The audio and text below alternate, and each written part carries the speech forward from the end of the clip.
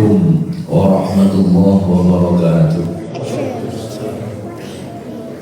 A'udzu billah, bismillah, alhamdulillah. Nusalli wa nusallimu ala Rasulillah Muhammad ibn Abdillah wa ala alihi wa ashabihi wa man tabi'a sunnatahu wa jama'atahu min yawmina hadza ila yawmin akhir. Asyhadu an la ilaha illallah wahdahu la syarika lahu wa asyhadu anna Muhammadan abduhu wa rasuluh alladzi la nabiyya wa la rasula ba'da. Allahumma shalli wa sallim ala sayyidina Muhammad wa ala alihi wa ashabihi, amma ba'd.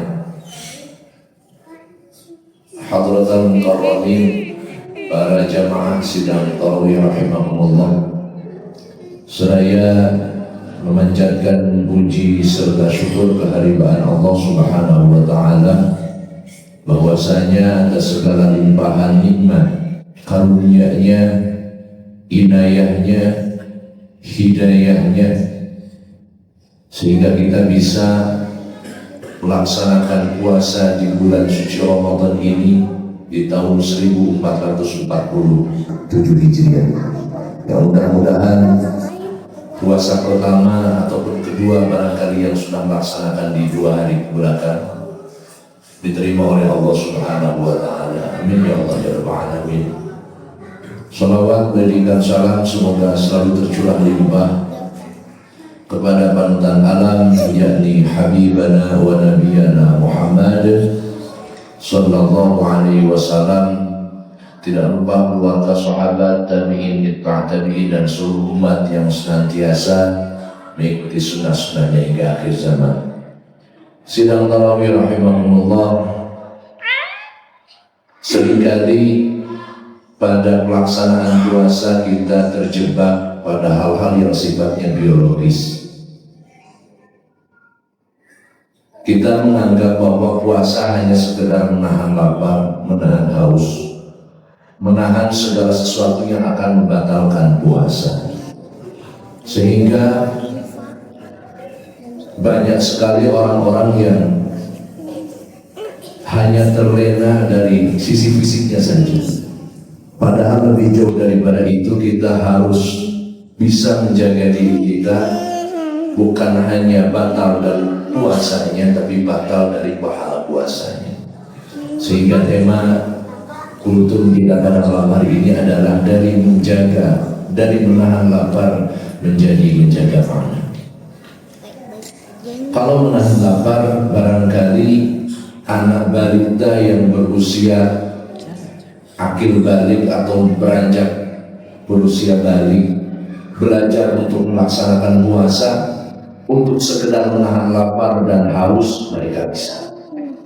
Tapi apakah kita hanya sebatas itu dalam pelaksanaan puasa? Maka tentu itu menjadi pertanyaan bagi kita. Sudahkah kita naik level dari sekedar menahan lapar ke menjaga makna puasa? Allah Subhanahu wa taala berfirman, A'udzu billahi minasyaitonir rajim.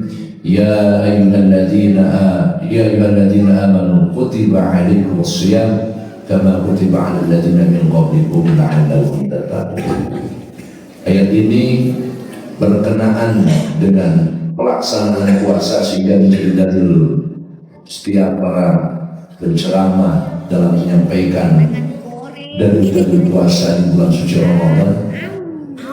Kalau kita lihat ada kata la'allakum tattaqun yang artinya wallahu a'lam bihaqiqatih, agar kalian semua bertakwa. Yang tentu itu menjadi tujuan yang disebut dengan menjaga makna, agar supaya kita dalam melaksanakan puasa itu berakibat atau berimpak kepada ketakwaan kita kepada Allah Subhanahu wa taala.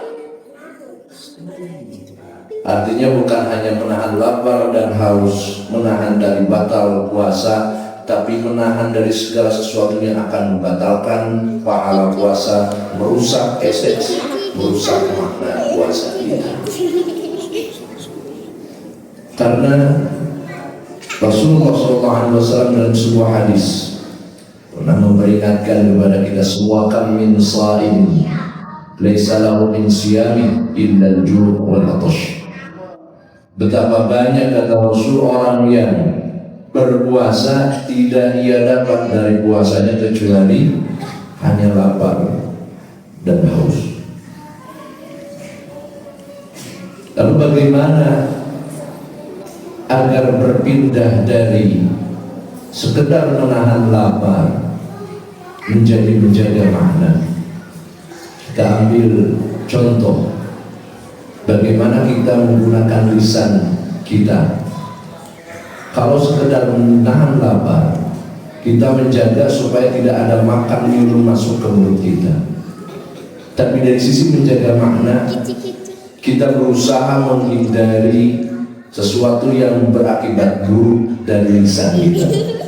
Entah itu riba, fitnah, mengadu domba, atau apapun, membicarakan hal-hal yang tidak baik, yang kotor. Maka kita harus bisa menahan, karena esensi ketakwaan adalah menahan. Kalau lisan, kalau mulut kita bisa menahan dari rasa lapar dan haus sehingga tidak masuk makan minum ke dalam perut kita, maka menjaga juga kita harus bisa menahan dari berkata yang tidak baik, membicarakan orang lain, fitnah, namimah, dan lain sebagainya. Na'udzubillah, tsumma na'udzubillah. Hal lainnya barangkali mata kita. Mata kita digunakan untuk melihat hal-hal yang baik. Kita buka misalkan HP kita, scroll. Memang tidak membatalkan puasa karena tidak makan, tidak minum. Tapi scroll yang dibuka hal-hal yang tidak bermanfaat, katakanlah seperti itu, membuang-buang waktu. Maka menjaga makna puasa, menghindari hal-hal yang tidak bermanfaat itu, menjadikan hal-hal bermanfaat lainnya. Baca Al-Quran, atau barangkali membuka media tapi yang didengarkan adalah hikmah-hikmah, untayan-untayan mutiara yang meningkatkan nilai iman dan ketakwaan kita kepada Allah, atau pengetahuan-pengetahuan yang menjadikan kita lebih bisa memaksimalkan pelaksanaan puasa ini menjadi lebih baik di hadapan Allah Subhanahu wa Ta'ala. Barangkali seperti itu. Sehingga pada intinya, kalau menahan lapar saja anak balita itu bisa, maka apakah kita mau disamakan dengan mereka, atau kita ingin beranjak ke menjaga makna puasa, artinya menjaga hal-hal yang membatalkan pahala puasa, yang merusak kualitas ibadah puasa kita, yang seharusnya kalau ingin kita menjaga makna adalah menjadikan diri kita jauh lebih memaksimalkan waktu-waktu yang ada di bulan suci Ramadan ini untuk melakukan kebaikan-kebaikan, berzikir, membaca Al-Quran, melaksanakan sholat malam, dan lain sebagainya, sehingga bahasa puasa itu akan menjadikan kita menjadi orang-orang yang bertakwa. Itu insya Allah akan kita dapatkan di akhir nanti. Amin ya Allah ya Rabbal Alamin. Semoga 30 hari atau 1 bulan Ramadan yang akan kita melaksanakan puasa di dalamnya ini bisa kita maksimalkan waktu-waktunya. Kalau kita bisa memaksimalkan detik per detik, menit per menit, waktu-waktu yang berharga di bulan suci Ramadan untuk digunakan sebaik mungkin melaksanakan pelaksanaan ibadah, maka insya Allah di 11 bulan yang akan datang kita tidak lagi menyia-nyiakan waktu kita untuk melakukan hal-hal yang tidak bermanfaat.